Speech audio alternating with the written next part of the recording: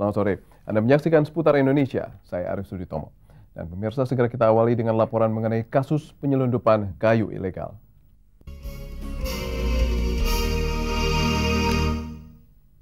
Pemirsa, nilai penebangan dan penyelundupan kayu ilegal dari Indonesia telah mencapai lebih dari 40 triliun rupiah per tahunnya. Sementara masyarakat harus menanggung akibat kerusakan lingkungan yang ditimbulkan seperti kebakaran hutan, meluasnya wilayah banjir, dan tanah longsor. Sebuah rekaman video yang kami peroleh dari LSM Telapak dan Environmental Investigation Agency atau EIA menunjukkan perjalanan penyelundupan kayu ilegal dari Papua hingga ke wilayah Cina. Dan melalui sambungan telepon, aktivis Telapak Yayat Afianto memberikan penjelasannya tentang perjalanan kayu ilegal keluar dari wilayah Indonesia tersebut. Ini overview, kita pakai pesawat kecil di atas Bintuni. Nah, ini di Sorong Selatan, tepatnya di daerah Srer. Ini kayu merbau bulat. Ini ada masyarakat yang memberitahu adanya penebangan liar di lokasi mereka. Nah, ini sekitar 2.700 meter kubik. Nah, ini di kampung masyarakat adat Kenasaemos. Masyarakat dipaksa untuk menyerahkan kayu-kayunya. Ya, ini kegiatan masyarakat adat lokal di sana yang memang kondisi ekonominya sangat minim. Ini kapal ASEAN Primer di sebuah pelabuhan di Sorong. Ini mengangkut kayu bulat dan tertangkap. Nah, ini Bravely Falcon, MV Bravely Falcon berbendera Mongolia. Ini di Tanjung Priok ketika ada pemeriksaan oleh pihak penyidik pegawai negeri sipil dari Departemen Kehutanan. Ya, kita bisa lihat logs-logsnya begitu besar dibandingkan dengan besar manusia sendiri. Ini dari Pulau Daram dan menurut informasi mendapat kayunya juga dari Papua Daratan. Ini sedang menuju ke pelabuhan Zhangjigang. Nah, ini di pelabuhan Zhangjigang. Ini salah seorang calon penjual kayu merbau ilegal yang menunjukkan kepada kami bahwa sebagian besar kayu-kayu ini berasal dari Indonesia, meskipun pakai surat-surat palsu dari Malaysia. Dan dia secara langsung menjelaskan kepada kami bahwa Malaysia sudah tidak memiliki lagi kayu-kayu merbau. Kalau dilihat dari luasannya mungkin sudah jutaan meter kubik ya. Dan menurut informasi dari pihak yang kami dapat dari Cina, ini sudah cukup untuk memasok industri Cina selama 3 tahun. Ini semua kayu merbau. Ya, betul. Semua dari Indonesia dan Papua New Guinea.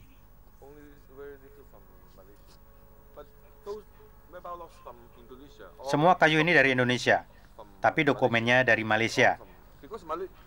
Karena di Malaysia tidak banyak lagi kayu merbau. Tapi di Indonesia, khususnya di Papua, kayu ini masih banyak dan umurnya hampir 100 tahun.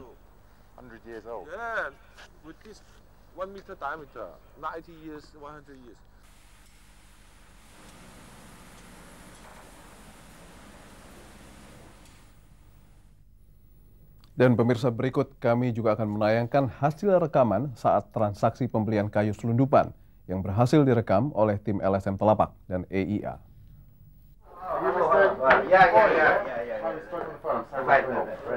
This is Mr. Chua.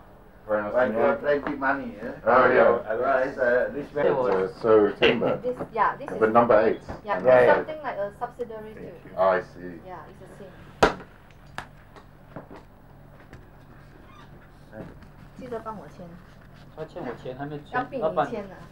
老板啊？少签老板，少了他讲少钱呢，少多少？少了100块美金啊。This is he always go to do this smuggle timber. This is smuggler. Only Frankie. The problem is that somebody asked me to smuggle. Who is the buyer? Important. Who is the buyer? No buyer, no smuggling. Then who's the smuggler? Who is the buyer? This is a mafia. This mafia better than the drugs mafia. Drugs mafia is no good. This one is okay. Dan pemirsa, tayangan tentang praktek penyelundupan kayu ilegal yang baru saja Anda saksikan juga telah dilihat langsung oleh Presiden Susilo Bambang Yudhoyono beberapa waktu lalu. Menanggapi kasus ini, menurut juru bicara kepresidenan Andi Malarangeng, Presiden segera memerintahkan Kapolri sebagai kepala tim operasi khusus pemberantasan penyelundupan kayu ilegal agar dalam 2 minggu dapat segera membentuk tim investigasi. Presiden menegaskan siapapun yang terlibat, apakah itu oknum polisi, militer atau Pemda, akan segera ditindak. Beralih ke masalah BBM. Pemerintah memastikan harga BBM akan dinaikkan dalam waktu dekat, kecuali minyak tanah yang menjadi konsumsi warga kurang mampu. Presiden Susilo Bambang Yudhoyono mengatakan dampak kenaikan harga BBM terhadap beban APBN dalam jangka panjang telah diperhitungkan secara cermat dan hati-hati. Pemerintah berharap pengurangan subsidi BBM yang menyebabkan harga BBM naik tidak akan menimbulkan gejolak di masyarakat. Pengurangan subsidi BBM adalah upaya pemerintah untuk menjaga anggaran pembangunan di sektor lain. Apalagi beban APBN semakin berat seiring kenaikan harga minyak mentah di pasar internasional hingga $50 Amerika Serikat per barelnya. Pemerintah juga menyiapkan berbagai program bagi warga miskin melalui dana kompensasi atas pengurangan subsidi BBM antara lain di sektor kesehatan dan pendidikan. Presiden mengaku demi menjaga kondisi perekonomian, ia rela kebijakannya ini dianggap tidak populer. Kalau Anda ingin populer, jangan menaikkan BBM. Saudara-saudara, pemimpin harus rela untuk tidak populer. Pemimpin untuk kepentingan yang lebih besar, untuk keadilan, harus siap menanggung risiko. Saya harus nomor 2-3 kan popularitas pribadi saya. Sementara itu, rencana kenaikan harga BBM mulai menimbulkan dualisme pendapat di kalangan DPR. Sebagian mengajukan syarat yang harus dipenuhi sebelum BBM naik. Sebaliknya, ada yang setuju BBM naik bahkan tanpa persetujuan DPR.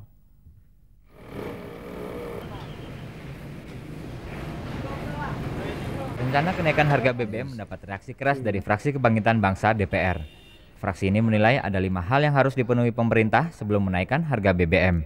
Di antaranya pemerintah harus memperhatikan Undang-Undang APBN tahun 2004 yang menyebutkan bahwa APBN 2005 harus dijalankan terlebih dahulu baru diubah. Menurut FKB, skema kompensasi subsidi dana BBM yang disosialisasikan pemerintah terhadap DPR adalah perubahan APBN. Pemerintah juga harus menuntaskan pengusutan berbagai skandal di Pertamina dan melakukan audit operasional untuk menghitung biaya produksi dan distribusi BBM di dalam negeri. Kita mempertanyakan kepada pemerintah sejauh mana pemerintah telah melaksanakan amanat Undang-Undang 36 ini untuk menugaskan konsultan independen melakukan penghitungan biaya pokok setiap jenis BBM. Tetapi terhadap ini pemerintah tidak kunjung memberikan klarifikasi. Padahal batas waktu yang ditentukan oleh Undang-Undang APBN itu adalah Januari tahun 2005. Wakil Ketua Panitia Anggaran Hafiz Zawawi menilai pemerintah bisa saja menaikkan harga BBM tanpa persetujuan DPR. Namun anggota fraksi Partai Golkar ini mengingatkan dampak kenaikan BBM terhadap perubahan APBN harus mendapat persetujuan DPR. Risiko, artinya katakanlah risiko yang jelek ya, bahwa DPR tidak menyetujui perubahan alokasi itu. Tetapi saya kira tidak sampai sedemikian. Paling hanya terjadi pergeseran lah dari jumlah yang diusulkan oleh pemerintah. Pemerintah dapat mengajukan revisi APBN pada periode Maret-April atau memberitahukan kenaikan harga BBM disertai skema perhitungan APBN sebelum mengajukan revisi APBN periode Juni-Juli ke DPR. Rencananya Senin pekan depan, Panitia Anggaran akan membahas rencana kenaikan BBM dan perubahan subsidi dengan 7 menteri terkait. AM Fikri dan Narto Wiratmo melaporkan. Departemen Kesehatan hari ini mengumumkan penurunan harga 14 jenis obat esensial generik dalam 17 kemasan. Penurunan ini berkisar antara 10 hingga 30%. Menteri Kesehatan Siti Fadila Supari siang tadi menjelaskan penurunan harga tetap mempertimbangkan tingkat keuntungan yang wajar bagi industri farmasi dan kesanggupan untuk tetap memproduksi obat generik. Karena itu masyarakat tidak perlu khawatir akan hal ketersediaan obat.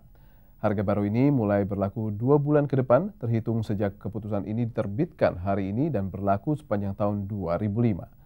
Menteri Kesehatan mengungkapkan penurunan obat generik akan dilakukan secara bertahap. Rencananya April mendatang pemerintah juga akan menurunkan harga esensial generik lainnya dan diharapkan pemerintah bisa menurunkan harga obat generik bermerek. Pemirsa, penutupan TPA Lewi Gajah di Cimahi akibat longsor menyebabkan kota Bandung kini berubah menjadi lautan sampah. Pemda setempat menilai lamban mengatasi masalah sampah. Saksikan laporan selengkapnya sesaat lagi. Aduh, gila gue.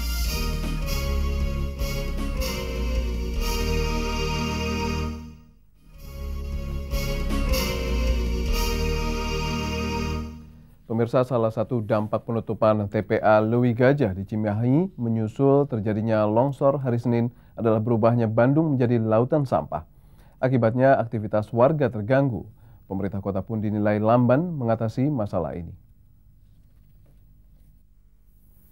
Hanya dalam sepekan pemandangan di kota Bandung, Jawa Barat kini jauh berbeda dengan waktu sebelumnya.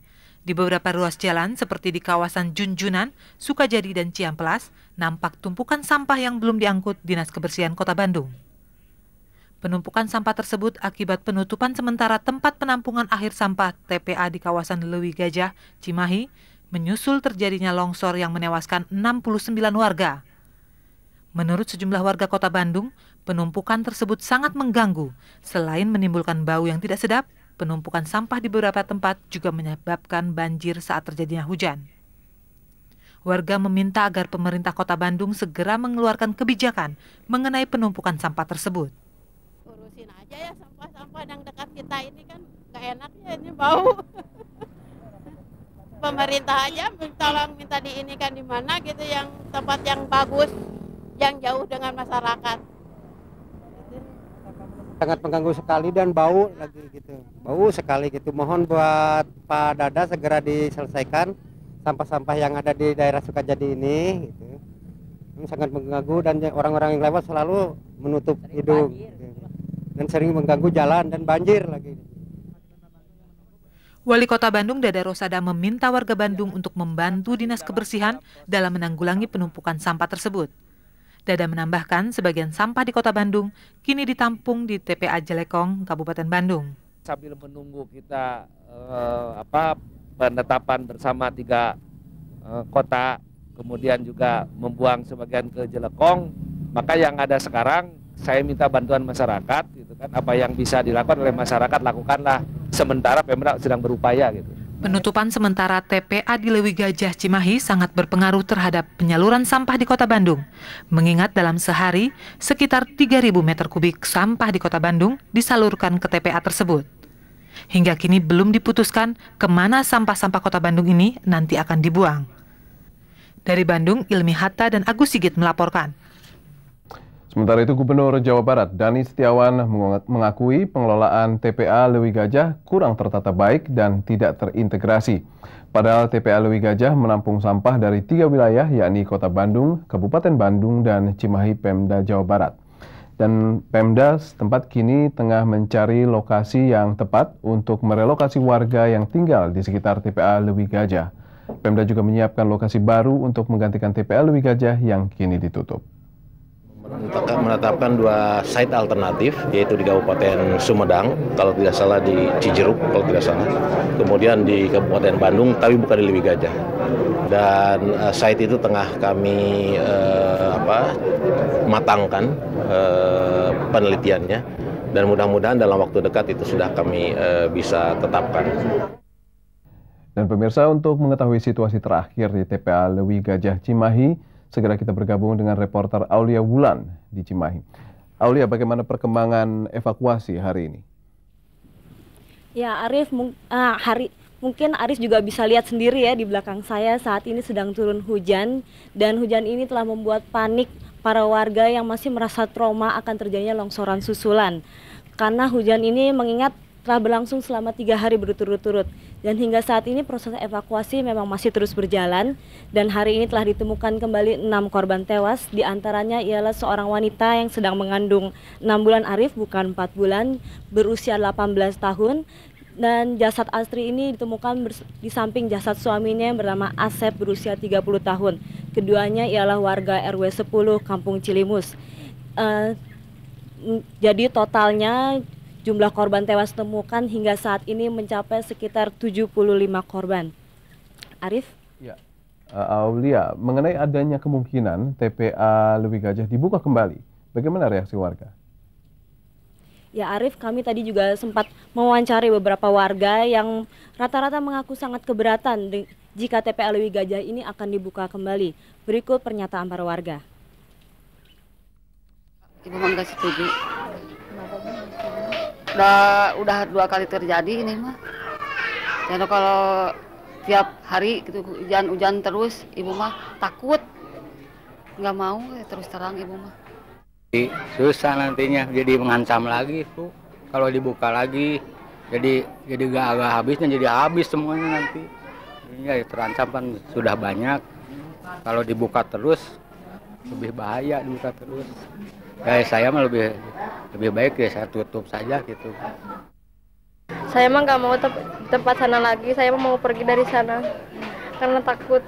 Nah, kalau tempat sama ini dibuka lagi, ibu setuju nggak? Enggak. Kenapa, Bu? Kenapa? Karena kalau di situ ditempatin lagi, nggak akan mungkin bisa ditempatin lagi gitu. Dan Arif, hingga kini diperkirakan masih terdapat 68 korban tewas yang belum ditemukan. Dan tingkat kesulitan evakuasi masih menemui kendala yang sama, yakni karena gemburnya sampah sehingga menyebabkan eskavator sulit untuk menembus medan, dan juga karena cuaca hujan yang turut memperlambat proses evakuasi. Arif? Aulia Wulan, selamat bertugas kembali. Dan berikut tadi laporan rekan Aulia Wulan dari Leuwi Gajah, Jawa Barat. Dan pemirsa, Seputar Indonesia masih akan segera kembali dengan laporan langsung dari Aceh, antara lain mengenai lanjutan kasus Farid Fakih. Laporan selengkapnya dapat Anda saksikan di Seputar Indonesia.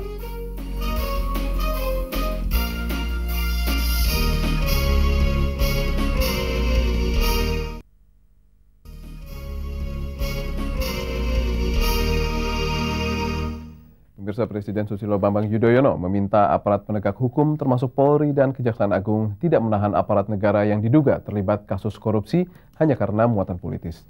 Izin pemeriksaan terhadap kepala daerah untuk kasus korupsi hanya akan diberikan bila ada bukti awal yang kuat.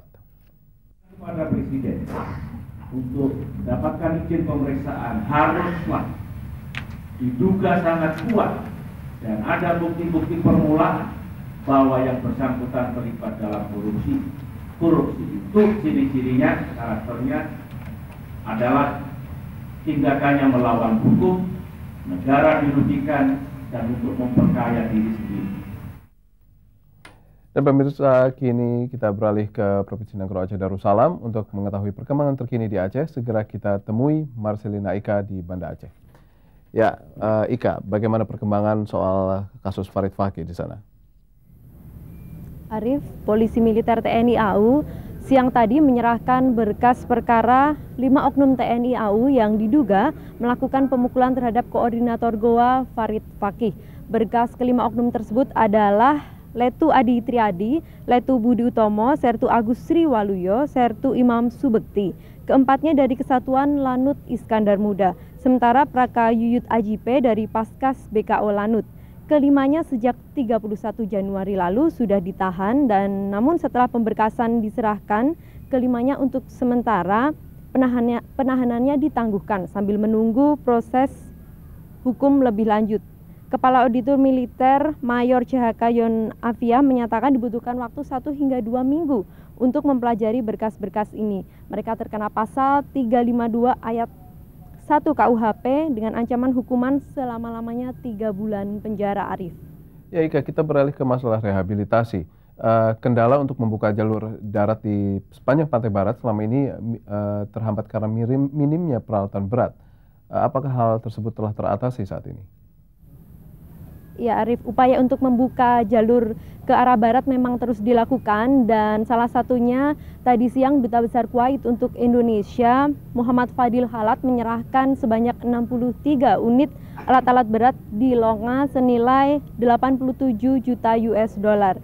Alat-alat berat tersebut antara lain 10 unit ekskavator, 5 unit dump truck, 25 unit forklift, 18 unit bulldozer.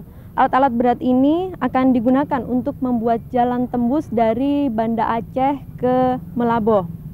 Jalan tembus tersebut sebenarnya sudah mulai dibuat dari Banda, namun ternyata hingga kini baru sampai Lokna karena kekurangan alat-alat. Arif. Ya Ika, berbicara mengenai perhatian dari negara sahabat, bagaimana di sektor kesehatan dalam 2 bulan pasca bencana tsunami di Aceh khususnya?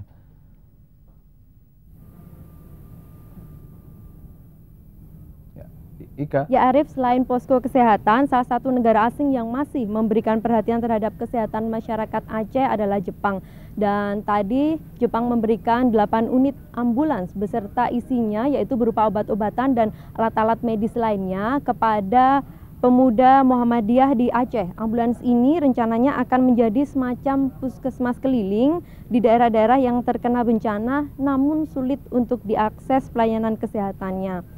Dan ambulans ini akan ditempatkan antara lain di Banda Aceh, Aceh Besar, Aceh Jaya, Nagan Raya, Aceh Barat, Pidi, Birun, dan Aceh Utara. Arif. Baik, Marcelina Ika, selamat bertugas kembali. Berikut tadi laporan langsung rekan Marcelina Ika dari kota Banda Aceh. Dan pemirsa seputar Indonesia masih akan segera kembali dengan laporan dari Banda Aceh, diantaranya para perajin rencong menangguk berkah rezeki dari banyaknya orang yang datang ke Aceh pasca tsunami dan membeli souvenir khas bumi Serambi Mekah tersebut. Kami dapat Anda saksikan di seputar Indonesia.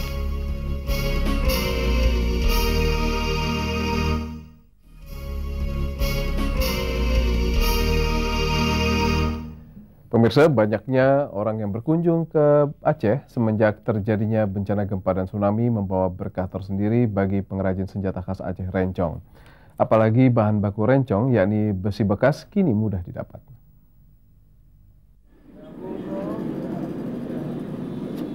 Permintaan akan rencong, senjata tradisional khas Aceh, meningkat drastis setelah terjadi bencana gempa dan tsunami.